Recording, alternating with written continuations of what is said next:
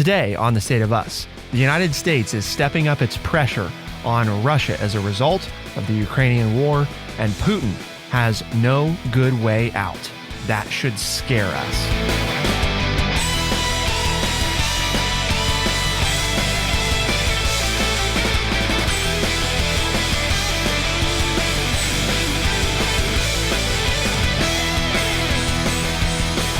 Welcome to The State of Us. I'm your host, Justin T. Weller, joined, of course, today by none other than the friendly redneck liberal and senior resident historian here at True Chat, Mr. Lance L. Jackson. We've got a full docket today to discuss what's happening in Ukraine with Russia's invasion continuing.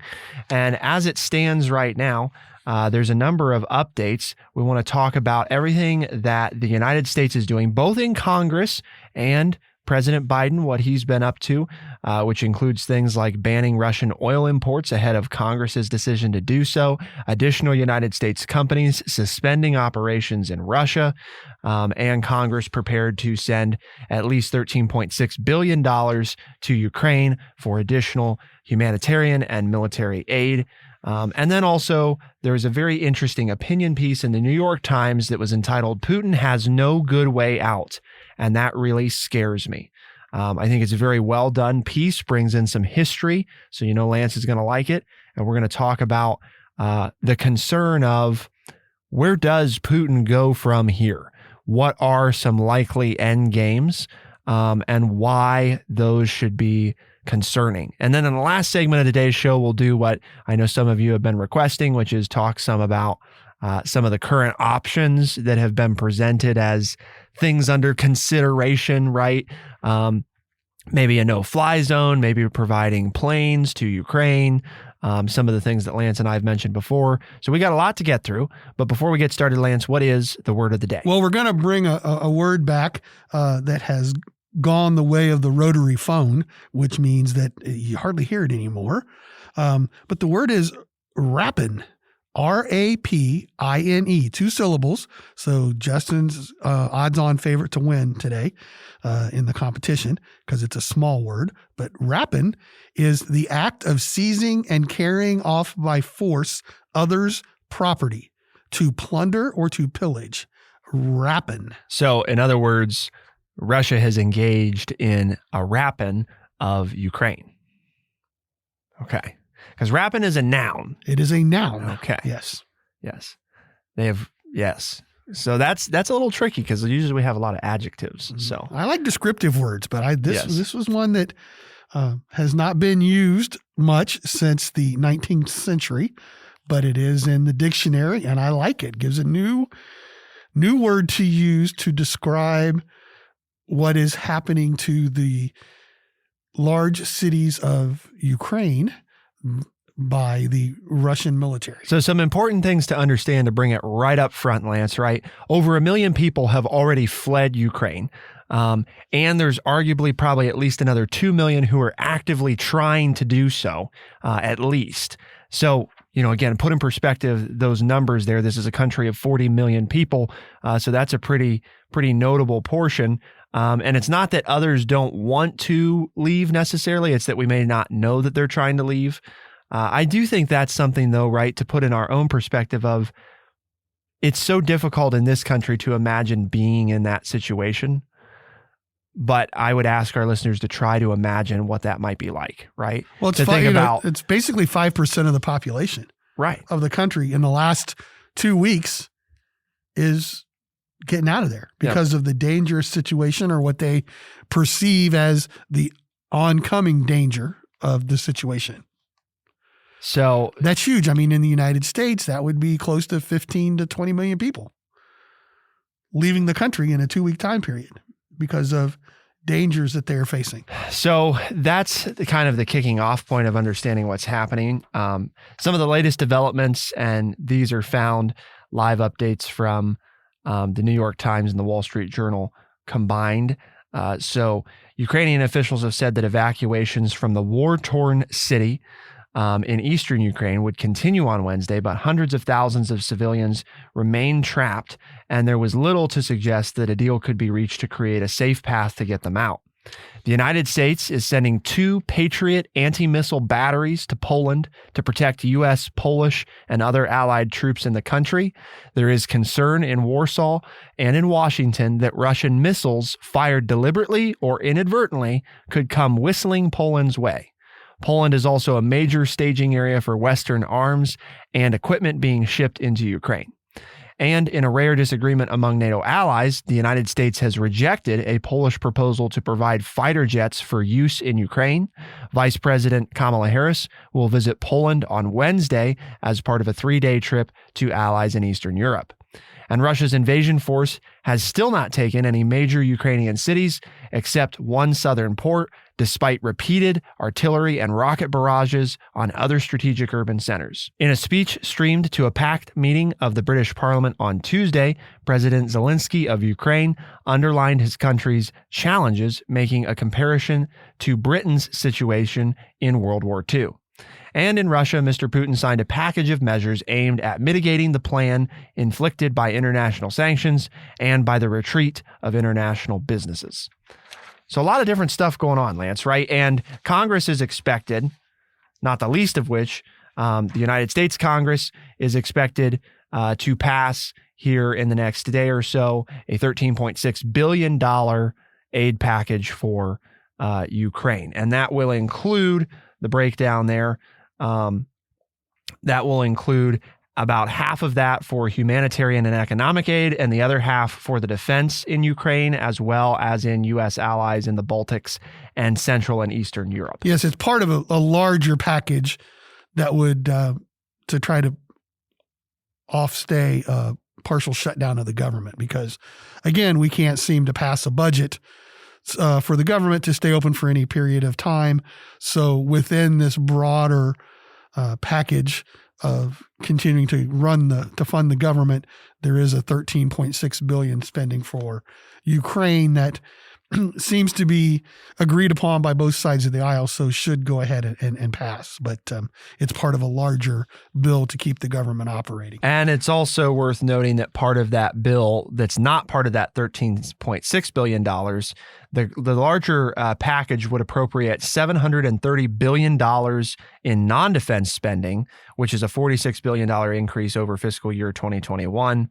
But specifically as it regards defense, the spending package appropriates $782 billion in defense spending, and that's an increase of $42 billion over fiscal year 2021. So a pretty notable increase in ratcheting up that defense spending, right? And the important thing to point out here is that it's a large increase, but it has Republican support as well. And so it doesn't seem like there's going to be any problem to pass this.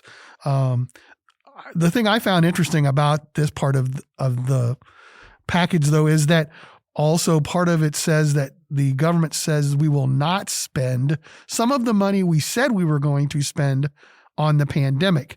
And you have some governors, Republicans as well as Democrats, coming out and objecting to this, saying, wait a minute, you promised us this. This is not a game that you guys should be playing. You're setting a bad precedent because you told us we were going to have this money, and some of us have gone ahead and planned on how we're going to spend it.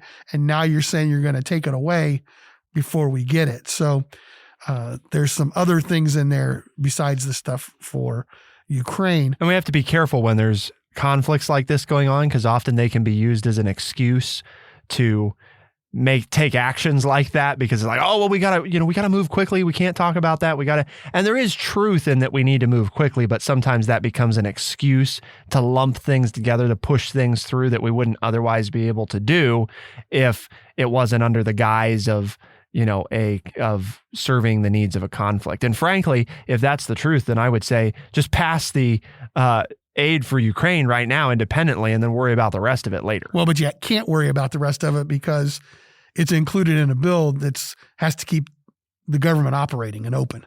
So you don't have time. Again, you wait till the last minute to fund your government, and you get this kind of lack of discussion before you implement things.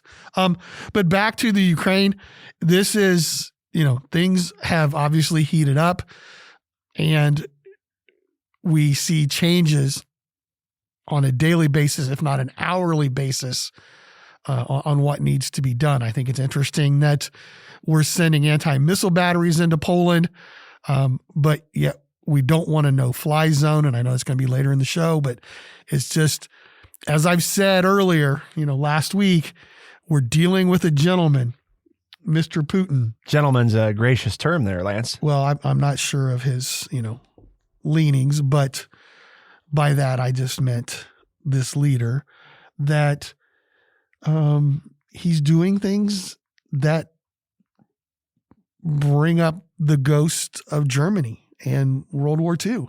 And we said it a week ago. We said it 2 weeks ago. Now we're starting to see in some different opinion pieces, people say the same things. When is the government going to say the same thing? When is the government going to realize what we're doing here? That we are appeasing a leader that there is no way to appease. The only thing they recognize is power and force. Again, he doesn't care if you hurt the Russian economy or the Russian people, because the Russian people and the Russians, they won't know that because he's taking control of all of the media. And the only word that the Russian people are getting is from the state-controlled media. That's what the KGB does. Again, as we stated, that's where Putin is from. So this is, the longer we wait to do something, and I know I'm jumping ahead, but all these things that we're doing, it's not enough, in my opinion. We're waiting, and the longer we wait, the more we're going to have to do. The other thing I think worth considering, right, is this whole $13.6 billion for Ukraine in the spending bill. It sounds like a lot of money, right? I mean, it does, but we're increasing our own defense spending by $46 billion. So when you stack it up against that, is it a lot? I mean, I don't know. I'm afraid, Lance, that we're thinking that throwing money at it is going to fix it. And to your point of, that's what we're going to talk about coming up. What are the endgame options for Putin, realistically? They're not very rosy, and I'm not sure money is going to be the thing to close it out. I'm not sure that's going to be adequate. And of course, that's what we'll talk about in the third segment as well, is what specifically to do. So let's get into the article entitled "Putin Has No Good Way Out," and that really scares me. Keep it here on The State of Us, and we'll be right back.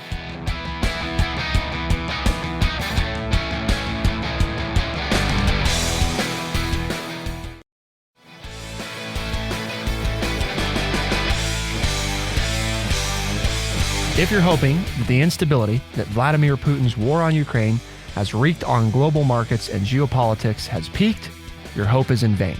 We haven't seen anything yet.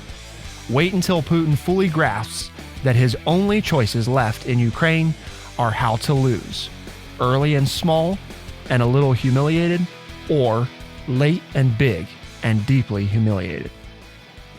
Why do I say that defeat in Ukraine is Putin's only option?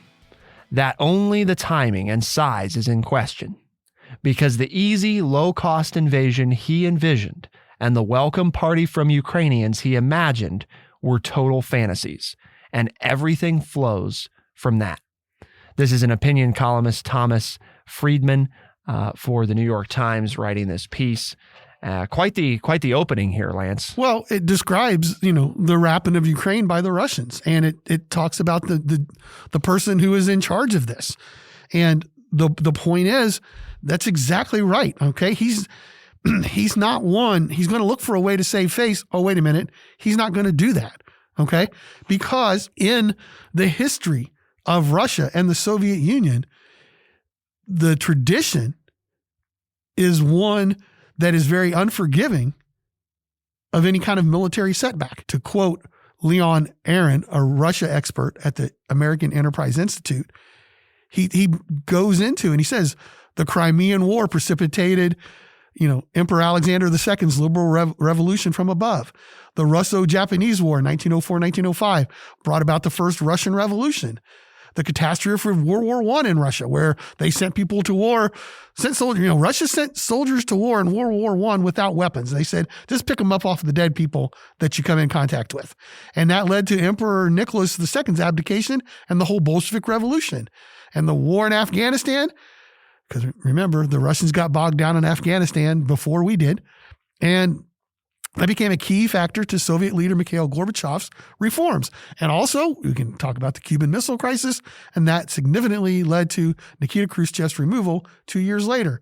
So now Putin has gone into the Ukraine, and the history of his nation is, if you're not successful, you're not going to be well thought of, and you're going to be taken out. Well, remember, this is again, you don't want me to use the word gentleman. I'm just trying to be civil here. Okay. I'm just trying to be nice and not use words that this is an could autocrat. Get me in trouble with the FCC. This is a dictator who has changed the Constitution to make sure they can be president for life. Okay. So this person has not made themselves open to failure. So either he gets the Ukraine or he fails. That's the way he's looking at it. My fear is the rest of the West is not looking at it that way. And that therein lies the danger, is you have someone who's fighting a war who's basically saying, I can't afford to lose this. And the other side going, we really don't want to fight a war.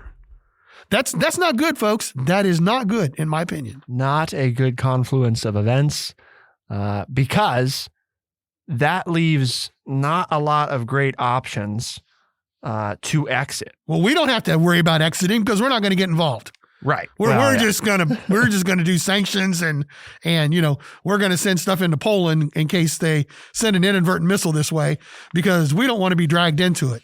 I mean, it sounds an awful lot like the American people going into when World War II broke out.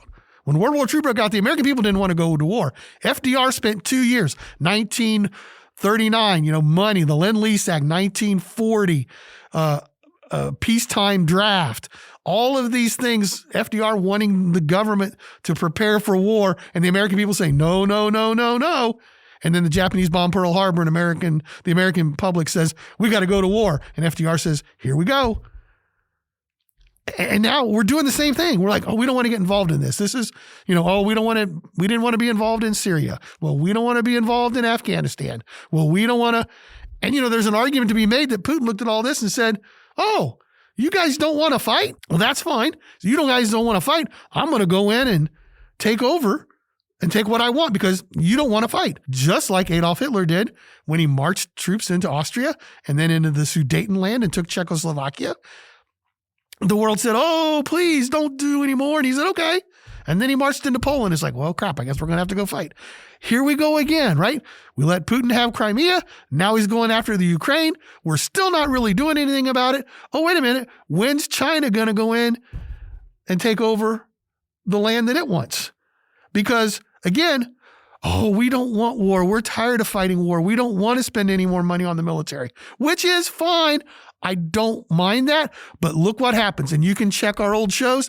I've said repeatedly, yes, military stuff stinks, but if you're a world power, that's the price you pay. If you don't do it, then you're going to be hurt at home. Other than Justin, which he's going to see an increase in his electric bill anyway, because that's going to go up. But if you filled up your car or your truck lately or your SUV with $4 a gallon plus gasoline, that's a direct correlation. Sorry, Justin, you don't like that, but that's a direct correlation to the fighting in the Ukraine. So if you don't want to spend the money up front, now you're going to get hit later with changes in the economy because of the war. So you either pay it ahead or you pay it later, and now you're paying for it later. And I've mentioned this before too, Lance, but when we talk about military, right, and we think about some of the most notable conflicts in our history, well, what happened? Like, let's look at World War II, right? Okay, well, we win World War II. We defeat the Nazis, Hitler, and Germany has to be rebuilt. Well, guess what? How many troops does the U.S. still have in Germany today? 35,000 troops. Germany's an ally, though. Haven't had any problems with Germany lately. I mean, no military problems, right? I mean, and there are political stuff. There are American troops and military bases still in Japan. Right. And they're one of our closest allies now, right? After we fought a world war with them. Right. And the Korean War, right? South Korea, we have a huge number of troops there. Again, I believe it's close to that 30+ thousand number. Mm-hmm. These are all examples, though, of places where we fought a war, right, against brutal enemies. And what has ensured peace in those areas, to your point of being a world power, and if you have that peace, is the cost of being a world power. Right. And if you have peace, you have generally a robust economy. Yep. Because you're not fighting war. Nothing is stopping. Are you controlling areas? Yes.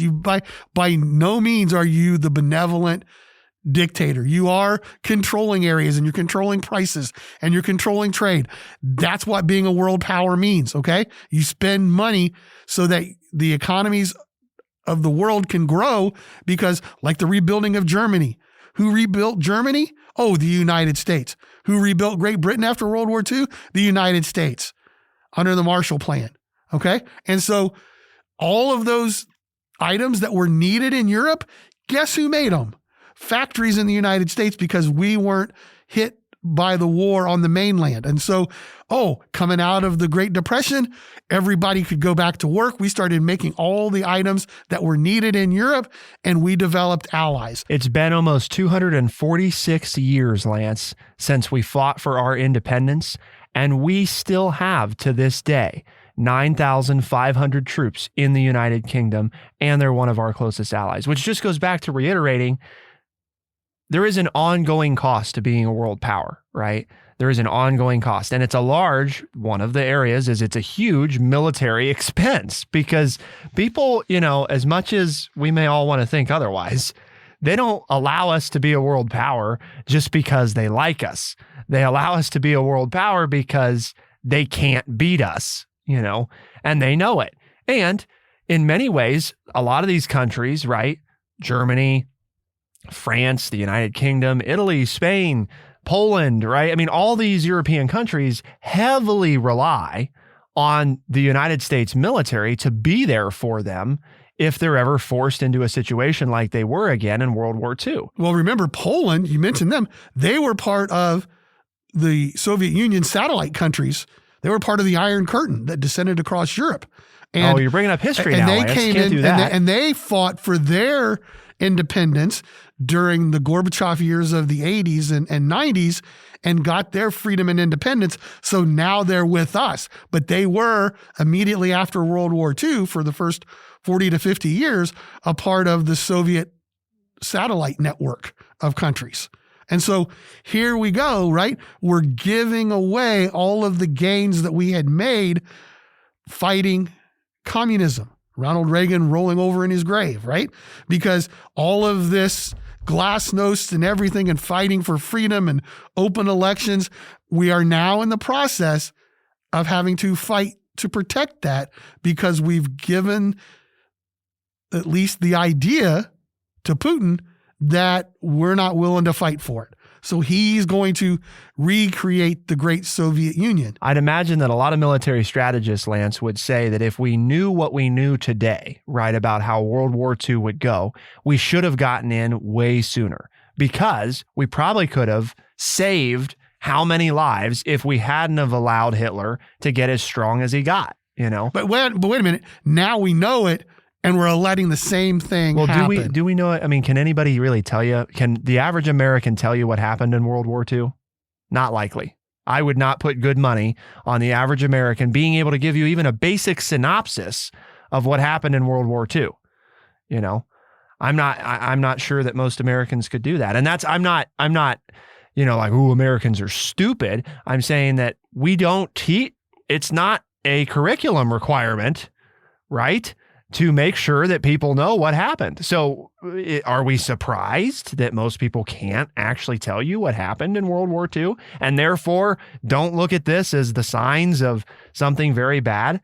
Circling back, though, to the author's final points, I want some people to think about as we go to talk about what should we do. I mean, Lance and I obviously feel strongly about this.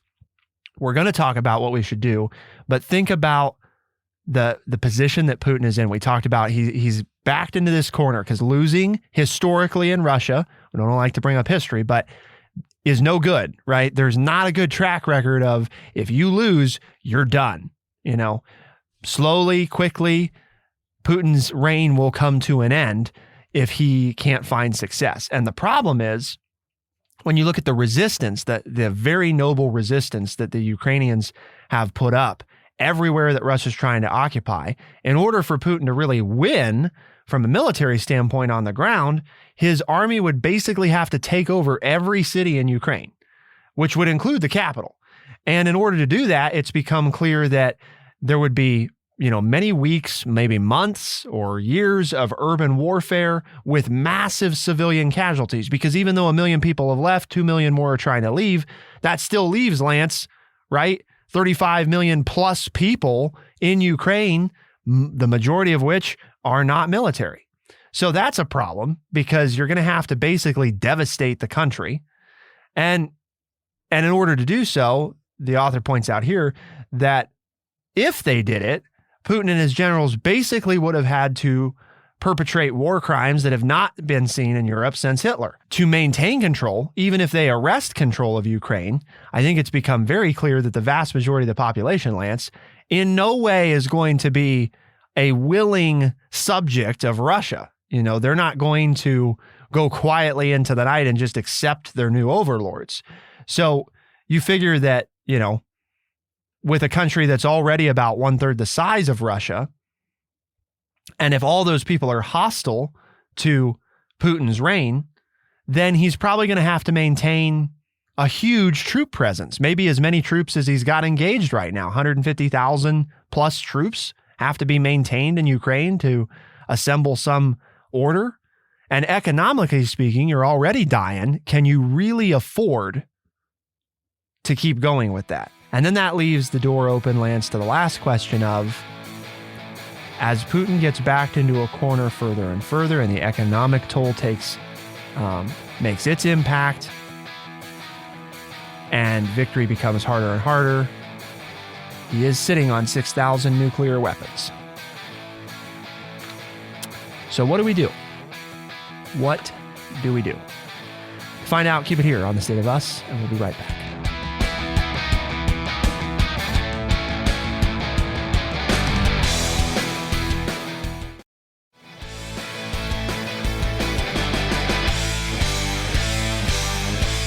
The author of the opinion piece we talked about last episode concludes the article by saying, so either he, referring to Putin, cuts his losses now and eats crow.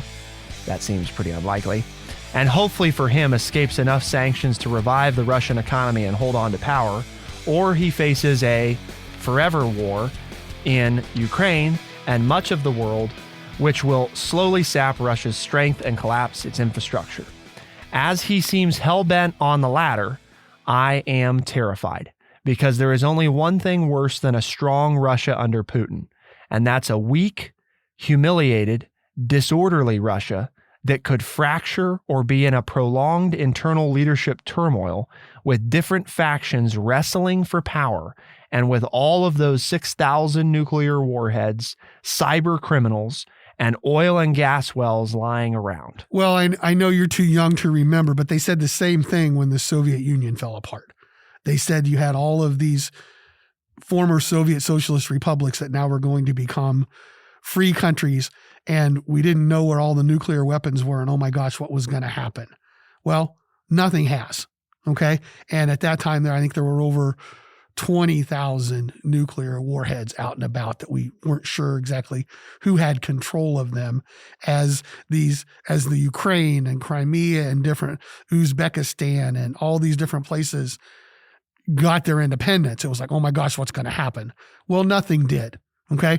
So in that respect, I'm not saying it will happen again, but I'm not concerned about if Putin's out, what happens in a chaotic Russia, because nothing happened in a chaotic Soviet Union, which was a whole lot scarier than just a chaotic Russia, because Russia was chaotic. Russia was one of the 15 Soviet socialist republics. And so the breakaway groups have all maintained peace for the most part, and at least we haven't seen any nuclear weapons coming out of that. That's not my concern. But the wrapping of the Ukraine by Putin needs to be stopped now. You can't let him continue doing what he is doing. That to me is scarier than what could happen at the end. The longer you let him go, the more chance, in my opinion, that the scarier option that the author described could take place. Overwhelming force. So let's talk about some of the options that have been discussed recently. I think my answers are going to be relatively, hopefully quick. First and foremost, this recent request, which we've turned down, and when I say we, the United States, to provide more aircraft. At least at this time. More planes. Right. I mean, we also said we weren't going to cut off Russian oil imports to the United States, but we've done that. So, it could change. By the time by the time everybody hears this, it may have changed. But at the time that Lance and I are saying this, at least it's still true, that we have refused to provide airplanes. Dumb. There's reasons for all of this, folks. I'm boiling it down to simplicities, okay? Precedent, all this, but at the end of the day, I think it comes down to, if it was up to me, yes, get them planes right now. Okay. No fly zone. This is the only one for me and I'm explaining my hesitation here real quick. The no fly zone to me, was a more risky proposition than troops. And the reason I say that is because the no-fly zone is a gamble on who's going to blink first, right? And not that troops aren't that, but what I worry about is, well, we say, okay, there's a no-fly zone. And then Putin says, yeah, right, you're not going to shoot us down, so he flies in there. We have to be ready to shoot them down. I mean, I don't think anybody understands that. It's like, well, doing it with no-fly zone is going to keep Russia out. No, it's not. Not if we don't shoot one of their planes down. And then here's the issue. Then Putin gets what he wants in being able to say we were the aggressor in the no-fly zone situation, okay? But to whom? Who does he use it to? Nobody else cares about what he says. Why do we care that he gets that to use? I mean, do the no-fly zone, do it all, because the greater risk is allowing him to continue to be in power and do these things. That's the greatest risk. I think the clarity that has to come is if you're going to do the no-fly zone, you have to be prepared for everything that follows. Because my fear is, Lance, the people that have proposed it think, well, that's going to be the end of it. And I don't think that's going to be the end of it. I agree with you. Because I think Putin's going to violate it. We're going to have to shoot him down. And now we're to where you and I have been anyway, which is that we should have admitted Ukraine into NATO. We should have provided, supplemental military personnel to keep Russia out of there. And now we're stuck with this. I mean, again, based on what Lance and I know, I would be right now saying we got to go help them. And if NATO's not coming with us, then we got to go do it on our own. But I think NATO would be with us because the biggest buyer of Russian oil is Germany. And Germany's going to do what we tell them to do. I mean, it's just like NATO will come with us. Great Britain will come with us. But my opinion is the longer we let this go, the harder the fight's going to be to get the same result that we'd get if we do it now. And that is Putin has overstepped the line. He is going rogue. And we need to show people that you can't be a leader that goes rogue without the full response of the United States of America. The wrapping that has already occurred in Ukraine, right? We can't go back. We can only go forward. It only gets harder and worse as time goes on. There's nothing about this that gets better. There's not a good way for Putin to exit. There's not a good way. And that means that the only way to get him out in hopefully the least drastic way possible is to do, as Lance has suggested, show that force, right? Show him, remind him that the United States of America single-handedly can wipe you off the face of the planet and will do so if you don't step back, Now, NATO wants us to come with us. Great. Do we need them to come with us? Not being rude to NATO or anything, but no, we don't need them. We We can certainly do it without them. But to Lance's point, I imagine they will, partly because the minute that a Russian kills an American in this conflict, then NATO will probably see its obligation as being very real in stepping up to be part of that process. So not the least of which, right, should be that it's the right thing to do. The more civilians die, the longer we wait, the worse it is for Ukraine. The longer it takes to rebuild. The longer it takes to rebuild. And it sends the message that it takes us time to decide to do the right thing, you know? And I don't think that's not a great thing on the world stage for us to be known for doing. And just briefly, Lance, because I think it's worth mentioning, there's a lot of talk there about, well, why step up now? We haven't stepped up an XYZ affair, whatever these other things are. Lance and I have tried to raise the alarm bell on numerous humanitarian fronts for years where we thought the U.S. should be more involved, that it wasn't. So I think we have a track record of demonstrating that this is not a single-handed issue for us. The other thing, though, I would point out is that in almost all of those other issues, generally speaking, we're not talking about someone who has 6,000 nuclear warheads. Oh, it's so important to understand that. It's easy to take that for granted, but that is a huge differentiating factor between many of those conflicts in this. Putin has warheads. Putin can use those warheads. He won't do that. He won't do that. Well, I hope you're right. I hope you're right. But if he sees the loss painted on the wall and he thinks that a nuke can deliver him victory, I wouldn't want to gamble on that, Lance. Let's put it that way. I would not want to gamble on that. Because again, I think this author's done a tremendous job of outlining a caged animal, and there's not a good exit plan for Putin. And he has a demonstrated history of being unwilling to admit defeat in any regard. I agree. So, Lance, why did we discuss the rapine that has occurred in Ukraine today and what to do about it? Well, that one doesn't count. No, I'm just trying to demonstrate. Okay. Because here at True Chat, we have a mission, and that is to educate people by providing honest, open, and respectful conversations. And we don't always expect you to agree with us, but we have given you our honest, open, and respectful opinions about this situation.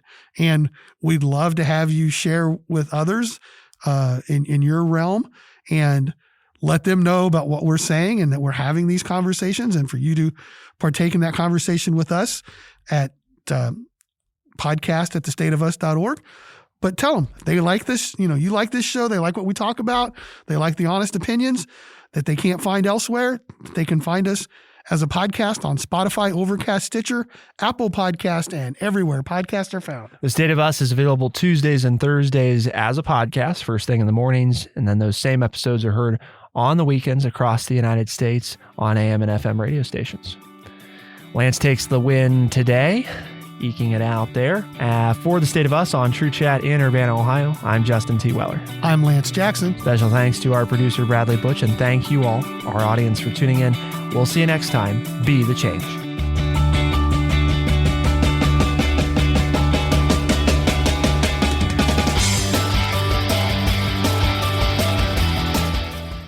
Be sure to check out our website, thestateofus.org, for books, articles, and all the ways to tune in.